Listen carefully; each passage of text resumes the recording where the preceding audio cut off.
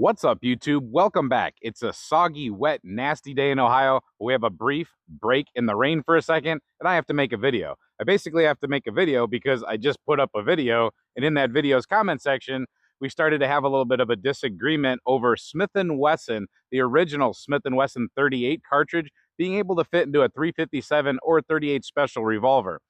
So there is a little bit of a question about that. I will admit, I wasn't exactly clear about it. I was speaking from my experience with my guns and the ammo that I have. So I will recommend everybody on this topic watches a very good Paul Harrel video. I will link it in the description of this video. Paul Harrel's an awesome person when it came to making great informative videos that are no BS, and they just give you the information, just the raw information. So rest in peace, Paul. Great video. Everybody should check that out. It'll be much better than this video. But in the meantime, I will show you why I claimed that 38 Smith & Wesson would fit in a 357 or 38 special, for that matter, revolver. I guess I was right, but I guess I was wrong. So I'll show you my personal experiences with my ammo and my guns, and that way that'll just clear that up as to why I said what I said. I'll try to keep this brief. This is not going to be highly edited. I just wanted to make a video to clear up what's going on in the comment section before it gets too out of control or people get too nasty or argue too much. I don't normally feed into anything in the comment section, but today I figured I better clear something up because I did kind of misspeak, so I owe it to all the viewers to go ahead and finish this out with this small little video here. So on the table, I have 3 different 357 Magnums as example pieces. These are the 3 that I own now. I've owned other ones, but these are the 3 that I'm left with now. We have a GP100 from Ruger, we have a Rhino 30DS, and we have a GP or an SP101 from Ruger. So 3 different firearms. Now we have different ammunitions. I didn't bring up 38 Super+P in the video, but other people have in the comment section, so we will address that. And also, Paul didn't really address that either. I have 38 long Colt. I don't have short Colt. Paul didn't really address that in his video, but I will address that with mine. And trust me, guys, I have 3 rounds of this, but I will shoot at least 1 for you guys just to show you what's going on. Now, here is the ammo that's definitely in question. This is the 38 Smith & Wesson. I have 2 different versions. I have an R&P that's Remington Peters, and then I have this Western stuff. I don't have a box for the R&P, but I do have the box for the Western. So I'll start from left and right. We have the 38 Super+P, then there's a 38 Smith & Wesson. We have a long Colt in the middle, and then the R&P 38 Smith & Wesson. So in the video in question, I mentioned that one of the advantages of the 357 revolver over the 10mm would be versatility in ammo. And I had mentioned that I could put 38 Smith & Wesson into my 357. So I can do that, and I'll show you. Now, I was wrong because I guess not everybody can do that. But let's start out with the 38 Super+P. That goes into my revolver. Let's go ahead and do the 38 long Colt. I'll make sure camera guy can see that head stamp. That is a 38 long Colt. It has the old oxidized bullet on it, so you know I'm not playing games. There you go. That one fits in there.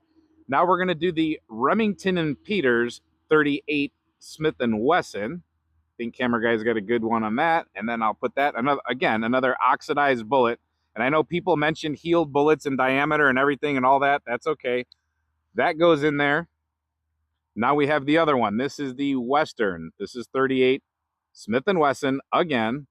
And yes, it does have some sort of a healed bullet, different diameter, but it goes into my gun, no problem. Let's see if these chamber into the other firearms. And the reason we're trying other firearms is because different firearms have different tolerances in their chambers. So here's a Chiappa 30DS. Here's a 38 Super+P. That goes ahead and chambers. We have the Colt. The long Colt, 38 long Colt, that chambers. We have the Western cartridge. Now that one needs a little bit of pushing, so it still goes in there, but it needed a little bit of pushing. And then we have the other one, the Remington.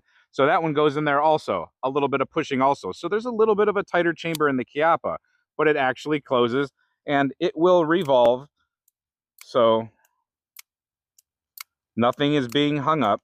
Now here's where camera guy and I did notice a little bit of a difference. The Ruger SP101. This is a small little pocket carry gun, no hammer on it.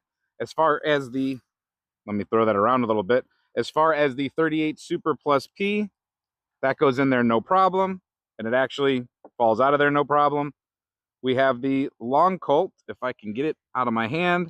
That goes in there no problem. And again, falls out no problem.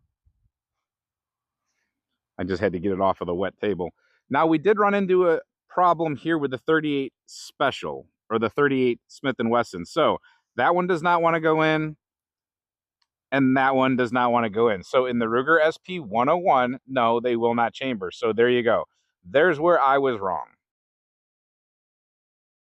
So I guess it's just a matter of chamber tolerances. And in Paul's video, we saw differences in ammo manufacturers actually being compatible with certain guns. Let's take a couple shots with a couple of these real quick just to see what happens. And I just want to show this before we shoot anything. We don't have any super bad lead fouling. I don't see any lead fouling at all in the GP100 at least. All right, from left to right, we have the long Colt, then the 38 Super+P, and then the two different versions of 38 Smith & Wesson. I don't even want to shoot that long Colt, but I'm going to for science for you guys. We're going to go with a long Colt first, then we'll go with the 38 Super+P, then we'll go with the brass case, then we'll go with the nickel case. So I guess those are going to go through in a different order, opposite of what I wanted, but let's start out with the 38 Colt, or 38 Smith & Wesson. Feels like a baby. It hit the center of the target. Let me try the other one. Feels like a baby. Hit the center of the target. Actually, let me see where we're at right now. So right now we will be on the Super.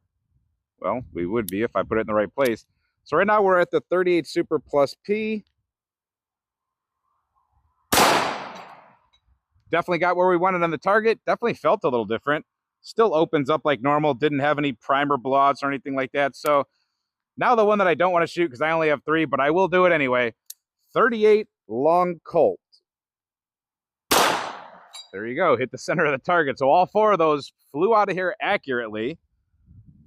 All 4 of those fired just fine. And all 4 of those didn't have any problems with their primers. Nice and rounded, no piercing, no problems with the gun. And even though the 38 Smith & Wessons are oversized for that bore, we don't have any significant lead fouling, at least not with a couple shots. All right, Chiappa Rhino, we're going to start out with a 38 Super+P. Then we're going for the nickel case and then the brass case. And this rotates differently and shoots from the bottom cylinder, so I hope I have that correct. I think I do. So that was a 38 Super+P, hit where it should have. 38 Smith & Wesson. 38 Smith & Wesson. The gun didn't blow up. I survived. We're good to go. Everything looks good here. And we know the Smith & Wesson 38 won't fit, but what about the 38 Special+P in the SP101? Definitely. That's for sure. Well, guys, that's what I've got. There's the information. Use it as you see fit. Thank you for watching this video. Until next time, stay safe, have fun, and keep shooting. Whatever you want out of whatever you want. I really don't care.